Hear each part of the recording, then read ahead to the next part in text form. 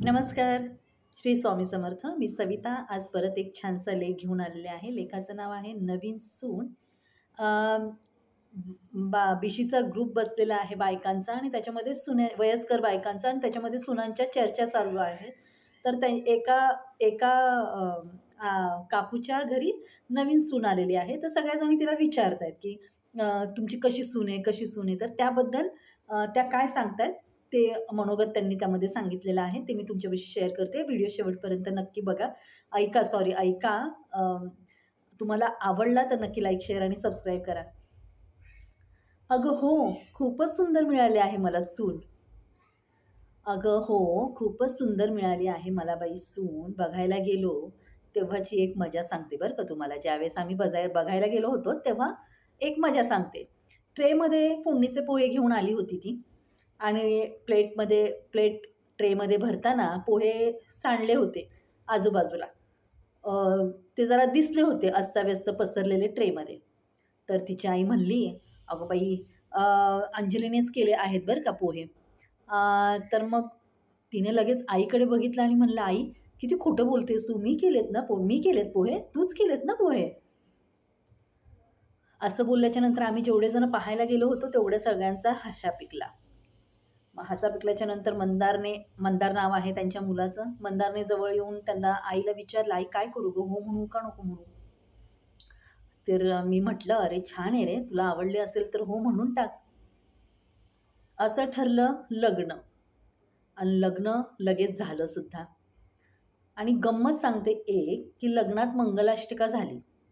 अंतरपाट निघाला आणि गुरुजी म्हणाले, "हां, आता हार घाला." आणि तिने चक्क गुरुजींच्याच गळ्यात हार घातला. पहिलीच वेळ असते गं पोरींची. होतात अशा गमती-जमती, पण छान आहे बरं का माझी, गोड आहे माझी मुलगी. सासूबाई म्हणल्या. सून अगदीच घरी एकदाची आली बरं का घरामध्ये. घरात येताना सुद्धा तिचा गृहप्रवेश कसा झाला ते मी सांगते. आली, पण सांगते तुम्हाला आगमन नाही बाई चांगलं झालं. माप ओलांडताना खाली बघून हळूच माप ओलांडायचं ना. तर तिने काय केलं, जोरामध्ये किकच मारली मापाला आणि ती किक मारली. लक्ष होतं समोरच्या कॅमेराकडे आणि नेम तिचा चुकला. मापाला धक्का काही लागला नाही आणि मी समोरच उभे होते औक्षण करण्यासाठी. ताम्हण घेऊन, ताट घेऊन डायरेक्ट माझ्या ओटीपोटातच ती किक बसली. फुटबॉलपटू आहे ना. फुटबॉलपटू असल्यामुळे किती विव्हळली असेल मी, किती जोरात लागलं असेल मला. मग काय, सॉरी आई, खूप जोरात लागलं का तुम्हाला? सॉरी नाही अशी म्हणली. मंदारने दोघींकडे पाहिलं, आलटून-पालटून एकमेकींकडे पाहत राहिला आणि काहीच बोलला नाही. शांत उभा राहिला. पुढील आयुष्य कसं जाणार माझ्या लेकराचं, ह्याची मला कल्पना अक्षरशः दारातच आली. पण तशी छान आहे, गोड आहे माझी सून. दुसऱ्या दिवशी 9 वाजले. उठली सकाळी. मी पण झोपू दिलं तिला. म्हटलं जाऊ द्या, थकली असेल, लग्नाचा कार्यक्रम वगैरे, दगदगीने वगैरे वैतागली असेल. उठून किचनमध्ये गेली. काहीतरी शोधाशोध केली आणि येऊन म्हणते, "आई चहा कुठे आहे? मला चहा लागतो आई, चहा कुठे आहे?" मी म्हटलं, "अगं वरच्या ड्रॉवरमध्ये चहा साखरेचे डब्बे आहेत.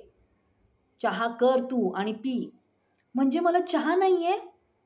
"अगं आई, थर्मासमध्ये भरून ठेवायचं ना तुम्ही." "थांब हां बाई, करून देते मी तुला." "बरं, असं करा. त्यामध्ये साखर 2 चमचे, अद्रक, गवती चहा असला तर गवती चहा, जे काय असेल ते त्यामध्ये प्लीज टाका. मी जरा फ्रेश होऊन येते." म्हटलं, "हो, हां, ये." "अगं बाई, असं म्हणे का तुला?" मैत्रिणी म्हणायला लागल्या. "हो, अल्लड आहे अजून. पण तशी छान आहे, गोड आहे माझी सून." मला म्हणे, "आई, आज तुम्ही काहीही करायचं नाही. किचनमध्ये माझं मी बघते." म्हटलं, "बरं, बघ," म्हटलं, "तुझं तू."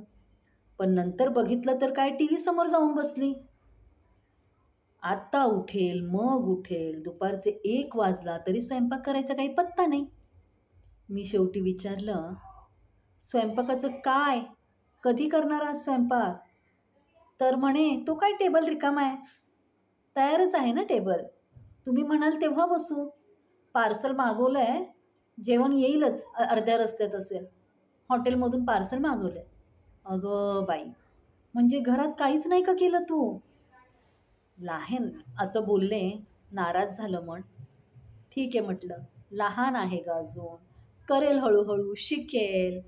पण मुलगी छान आहे बरं का, गोड आहे माझी सून. एकदा म्हणे, आई मी दिवसभर ग्राउंडवरच फुटबॉलच्या मॅचसाठी असेन, कारण की माझ्या मॅचेस आहेत, मी प्रॅक्टिससाठी असणार आहे. माझ्या काही किरकोळ गोष्टींचे कुरिअर वगैरे येतील, कॅश ऑन डिलिव्हरी आहे. तुम्ही काय करा, ते घेऊन या. अंदाजे 5-6 हजाराचं ते बिल होणार आहे. मंदारला मी बोललेले आहे बरं का. म्हटलं बरं बरं ठीक आहे, घेईन हो, मी घेईन. अगं आत्तापासूनच कंट्रोलमध्ये ठेवायचं ना तू. डोक्यावर चढून बसेल नाहीतर ती मैत्रिणी म्हणायला. नाही ग, मी तर मंदारला तिच्या वागण्याबद्दल असं काही मुद्दाम सांगितलं सुद्धा नाही. मुलीसारखीच आहे ग मला ती. आपल्या मुली काय आणि ती काय वेगळ्या आहेत का मला? अशाच असतात ग सगळ्या मुली सुरुवातीला. आईकडे असताना आईकडून लाडवून घेतलं असेल भरपूर. आई तर काय सदानकदा तयारच असते मागेल ते द्यायला. सवयच लावून गेली असेल ग तिला. एकदम कशी बदलणार ग तिची सवय? सांगून सांगून होईल हळूहळू कमी. फरक पडेल तिच्यामध्ये. तोपर्यंत आपणच समजून घ्यायचं ना, आणि घेतलं पण पाहिजे ना ग त्यांना. आपण आईची माया दिली तर त्यांनाही आपण आईसारखीच वाटू, नाही का? परवा रात्री 9ला अचानक मला थंडी वाजली बरं का, आणि पाठोपाठ ताप पण भरला. सगळं अंग तिडकायला लागलं. डोकं ठणठण ठणठण दुखत होतं. तिला कळलं वाटतं मला झोपलेलं बघून की आईला काही बरं नाही. आली माझ्या बाजूला आणि येऊन बसली कॉटवर आणि म्हणे, आई, अगं आई, काय झालं तुला? बरं नाही वाटत आहे का तुला? दुखतंय का तुझं काही? मला सांगायचंच ना तू मला का नाही सांगितलंस? पहिल्यांदाच ती अगं कागं करून बोलली. जाऊन तिच्या जवळची तापाची गोळी घेऊन आली आणि मला दिली. डोक्याला बाम चोळून दिला. बिचारी डोकं दाबून देत होती.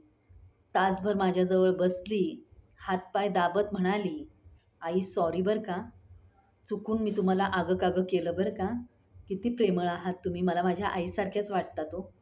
आणि मला चुकून मुकून माझ्याकडून काही चुकलं असेल, तोंडातून माझे काही शब्द गेले असतील तर मी माफी मागते बरं का.